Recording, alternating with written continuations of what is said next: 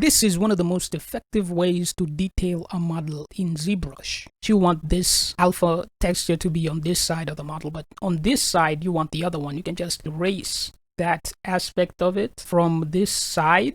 Open up your brush panel and choose Scribe Chisel. And after you do that, you're going to want to go into the layers and then click this to make a new layer. Make sure that recording is enabled.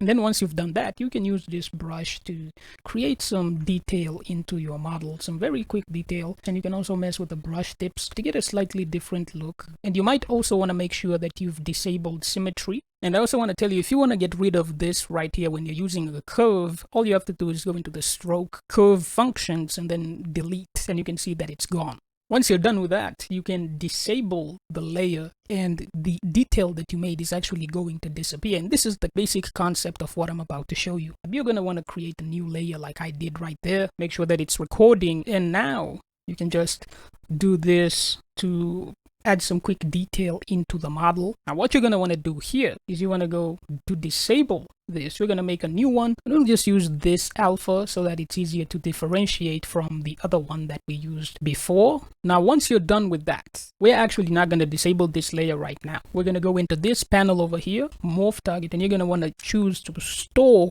a morph target. That's what you want. And then now we're going to disable this layer. Go to the one before that and then duplicate it by pressing this button down here. Enable it. Make sure recording is enabled. And then what you want to do here is go into your brush panel, press M, and then you're going to choose the morph brush, which is this right here.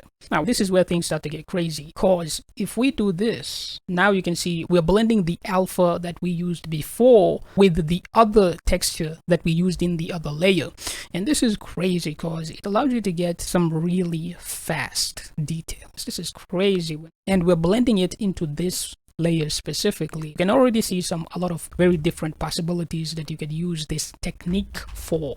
But one thing you got to know about doing this is that there is no way to get back the information that you've replaced with the morph target other than going back through the undo history, i.e. by pressing Ctrl-Z. So you have to press Ctrl-Z if you don't like what you're looking at. But it still gives you a lot more control than what you would have otherwise.